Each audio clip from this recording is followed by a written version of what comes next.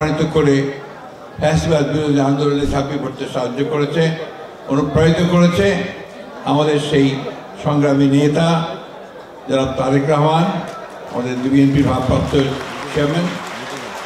মঞ্চে উপবিষ্ট আছেন এই দেশের গণতান্ত্রিক আন্দোলন এবং ছাত্র আন্দোলনের যারা নেতৃত্ব দিয়েছেন, ত্যাগ স্বীকার করেছেন এবং দীর্ঘকাল ধরে এই বিএনপির সঙ্গে থেকে বিএনপির সুখ দুঃখ সব কিছু ভাগ করে নিয়েছেন এবং সেই মুহূর্তগুলোতে নেতৃত্ব দিয়েছেন যখন প্রয়োজন ছিল।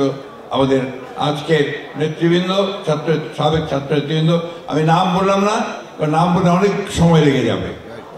তারা যেটা বলেন সবাই যে আসলে অত্যন্ত সত্য কথা যে তারা বাংলাদেশের গণতান্ত্রিক আন্দোলনের একটা অত্যন্ত একটা শক্তিশালী শক্তি অবশ্যই। আর আজকের ছাত্র দলের নেতৃবৃন্দ এবং আজকে এই সংগ্রামে দীর্ঘ 15 বছর ধরে যারা সংগ্রাম করেছেন, জীবন দিয়েছেন, প্রাণ দিয়েছেন, আমার সেই প্রিয় ছাত্র ভাই বোনেরা, আসসালামু আলাইকুম। আজকে আমাদের মাঝে এখানে আরো উপস্থিত আছেন, একজনের নাম বলা হয়েছে, আমি আবার রিপিট করতে চাই, যে ছাত্র দলের সদস্য নয়, বিএনপির সদস্য নয়, কিন্তু গুম ও খুনের বিরুদ্ধে যিনি অবিচল থেকে গোটা পৃথিবীতে ঘুরে বেরিয়েছেন এবং বাংলাদেশে গুম ও খুনের বিরুদ্ধে কথা বলেছেন, আমাদের সঞ্জিদা তুলি, আমি তাকেও অভিবাদন জানাই, শ্রদ্ধা জানাই। আমি আজকে শ্রদ্ধা জানাতে চাই আমাদের এই ছাত্র দলের যিনি চিন্তা করেছিলেন, যিনি ছাত্র দলকে রূপ দিয়েছিলেন, আমাদের স্বাধীনতার ঘোষক শহীদ প্রেসিডেন্ট জিয়া রহমান, আমাদের বহুদলীয় গণতন্ত্রের পুনঃপ্রবর্তক এবং আজকের এই আধুনিক বাংলাদেশের রূপকার শহীদ প্রেসিডেন্ট জিয়া রহমানের প্রতি শ্রদ্ধা জানাতে চাই। আমাদের সেই নেত্রী, যে নেত্রী দীর্ঘকাল ধরে গণতন্ত্রের জন্য সংগ্রাম করেছেন, লড়াই করেছেন, আমাদের আপসীর নেত্রী, দেশনেত্রী বেগম খালেদা জিয়াকে শ্রদ্ধা জানাতে চাই। ছাত্র দলের সেই সব নেতাদের, কর্মীদের যারা অকুতোভয়ে সংগ্রাম করে সেই 15 বছর ধরে গণতন্ত্রের পক্ষে সংগ্রাম করে তারা প্রাণ দিয়েছেন, আহত হয়েছেন, পঙ্গু হয়েছেন, কারাবরণ করেছেন। আজকে আমি এখানে অনেককে দেখতে পাচ্ছি যাদের সঙ্গে আমি অনেকবার কারাগারে ছিলাম, কারো পা ভেঙেছে, কেউ চলতে পারছিল না, তারা আজকে যাই হোক আল্লাহ অশেষ আমাদের তারা বেরিয়ে এসছে, ছাত্রদের নেতৃত্ব নিয়েছে। আজকে আমি শ্রদ্ধা জানাতে তাই বাংলাদেশের সকল গণতান্ত্রিক মানুষকে যারা একটা আন্দোলনের মধ্য দিয়ে, একটা অভ্যুত্থানের মধ্য দিয়ে ফ্যাসিবাদী হাসিনাকে দেশ থেকে পালাতে বাধ্য করেছেন। আমি বক্তব্য দীর্ঘ করবো না, আমাদের প্রধান অতিথি এই আমাদের ভারপ্রাপ্ত চেয়ারম্যান জনাব তারেক রহমান সাহেব বক্তব্য রাখবেন, তার বক্তব্যের জন্যই আমরা অপেক্ষা করছি।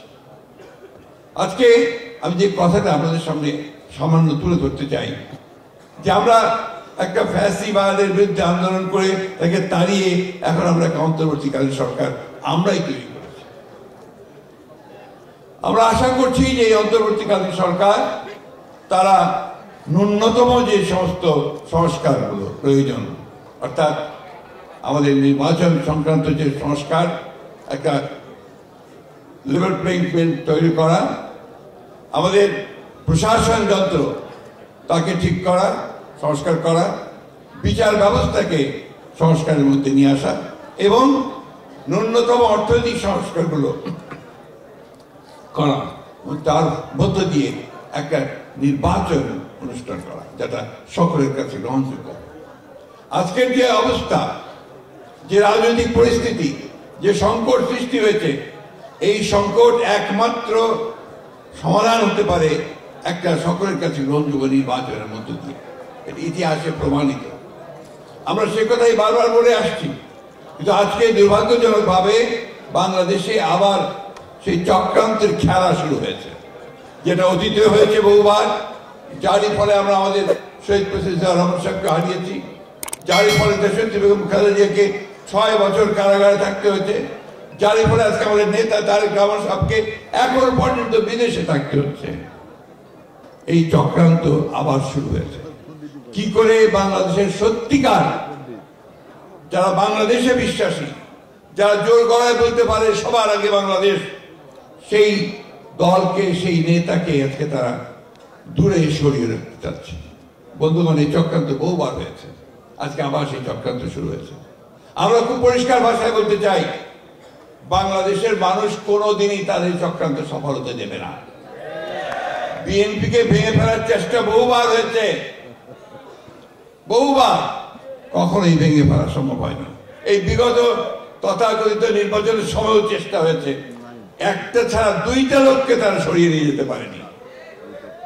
কারণ বিএনপির যে রাজনীতি, এটা হচ্ছে এদেশের জনগণের, মানুষের রাজনীতি। সেই রাজনীতি কি? রাজনীতির স্বাধীনতা, সার্বভৌমত্ব আর গণতন্ত্র। এই তিনটে জিনিসের উপরে বিএনপির রাজনীতি মূল ভিত্তি। এবং সেখানে শহীদ প্রেসিডেন্ট জিয়া রহমান সাহেব তার যে জাতীয়তাবাদের যে দর্শন, সেই দর্শন আমাদের দিয়ে গেছেন, 19 দফা কর্মসূচি দিয়ে গেছেন। তারই ভিত্তিতে দেশনেত্রী বেগম খালেদা জিয়া 2016 সালে ভিশন 2030 দিয়েছিলেন। আর এই চলমান আন্দোলনকে আরো বেগবান করার জন্য এবং বাস্তবতাকে সামনে রেখে আমাদের নেতা যেন তারেক রহমান সাহেব 31 দফা কর্মসূচি দিয়েছেন 2022 সালে। তাই আজকে যারা এই কথা বলেন যে বিএনপি সংস্কার চায় না, তা আমি মনে করি যে তারা কোনো কিছুই লক্ষ্য করে না, ইতিহাস তারা ভুলে গেছে।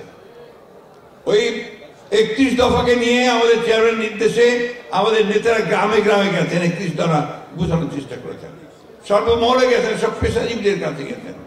এখনো এই 31 দফা নিয়ে আমাদের মহল্লায় মহল্লায় পর্যন্ত নিয়ে আলোচনা হচ্ছে। তো আমরা এই সংস্কার চাই। আর বিএনপির জন্ম তো হয়েছে আমাদের শহীদ প্রেসিডেন্ট জিয়া রহমানের সংস্কারের মধ্য দিয়ে। বহুদলীয় গণতন্ত্র এনেছেন তিনি, একদলীয় গণতন্ত্র থেকে, একদলীয় শাসন থেকে, বাকশাল থেকে মুক্ত করে তিনি বহুদলীয় গণতন্ত্র নিয়ে এসেছেন। তিনি আমাদের মিডিয়াকে, আমাদের গণমাধ্যম, সেই গণমাধ্যমকে তিনি মুক্ত করেছেন। তিনি মানুষের স্বাধীনতাকে দিয়েছেন, মৌলিক অধিকারগুলোকে এগিয়ে দিয়েছেন এবং একটা বদ্ধ অর্থনীতিকে তিনি একটা মুক্ত বাজার অর্থনীতিতে এনে দিয়েছিলেন। তারপরে আপনারা জানেন যে দেশনেত্রী বেগম খালেদা জিয়ার সময় সেই প্রেসিডেন্সিয়াল ফর্ম অফ গভর্নমেন্ট থেকে পার্লামেন্টারি ফর্ম অফ গভর্নমেন্ট নিয়ে আসা হয়েছে এবং সবশেষে caretaker government system BNP introduce করেছে, করে নির্বাচন ব্যবস্থা যেন কখনোই আপনার কলঙ্কিত না হয় সেই ব্যবস্থা করার চেষ্টা করেছে। সুতরাং সংস্কার হচ্ছে আমাদের বিএনপির সবসময় আছে। আমরা বিশ্বাস করি এটা একটা চলমান প্রক্রিয়া, মানুষের প্রয়োজনের সঙ্গে সঙ্গে, সমাজের প্রয়োজনের সঙ্গে সঙ্গে সংস্কার আনতে হবে। কিন্তু তাই বলে সংস্কারের নাম করে আমরা এমন কিছু হতে দিতে পারি না যেটা আমার গণতন্ত্রকে বিঘ্নিত করবে। তাই বক্তব্য দীর্ঘ করতে চাই না, আহ্বান জানাতে চাই, আর বিলম্ব না করে অনুগ্রহ করে আমরা এই অন্তর্বর্তীকালীন সরকারের কাছে আহ্বান জানাতে চাই, অতি দ্রুত একটা নির্বাচনের ব্যবস্থা করে বাংলাদেশের মানুষকে এই সংকট থেকে মুক্ত করতে হবে, বাংলাদেশের মানুষকে সামনের দিকে এগিয়ে নিয়ে যেতে হবে। একটা কথা আমাদের মনে রাখতে হবে, ছাত্র দল হচ্ছে আমাদের ভ্যানগার্ড, আমাদের সামনের যে যোদ্ধা তারা, তাদেরকে এখন নলেজ বেস পলিটিক্স করতে হবে, জ্ঞান ভিত্তিক রাজনীতি করতে হবে। এবং আজকে এখন সবচেয়ে বেশি যেটা প্রয়োজন, সেই প্রয়োজন হচ্ছে আমাদেরকে কিন্তু একটা সাইবার ওয়ার করতে হবে।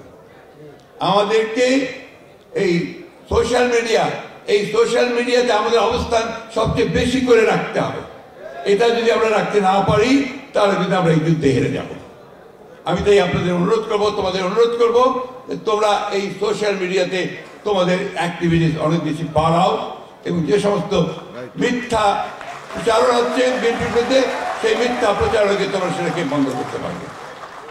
দেশে বিদেশে ষড়যন্ত্র চলছে, প্রিয় সহকর্মীরা, সহযোদ্ধারা, আজকে আমাদের দায়িত্ব হচ্ছে আমাদেরকে রুখে দাঁড়াতে হবে এবং আমাদের মেধা বুদ্ধি দিয়ে দাঁড়াতে হবে এবং সে মেধা বুদ্ধি দিয়ে আমরা তাদেরকে পরাজিত করতে পারবো বলে আমরা বিশ্বাস করি।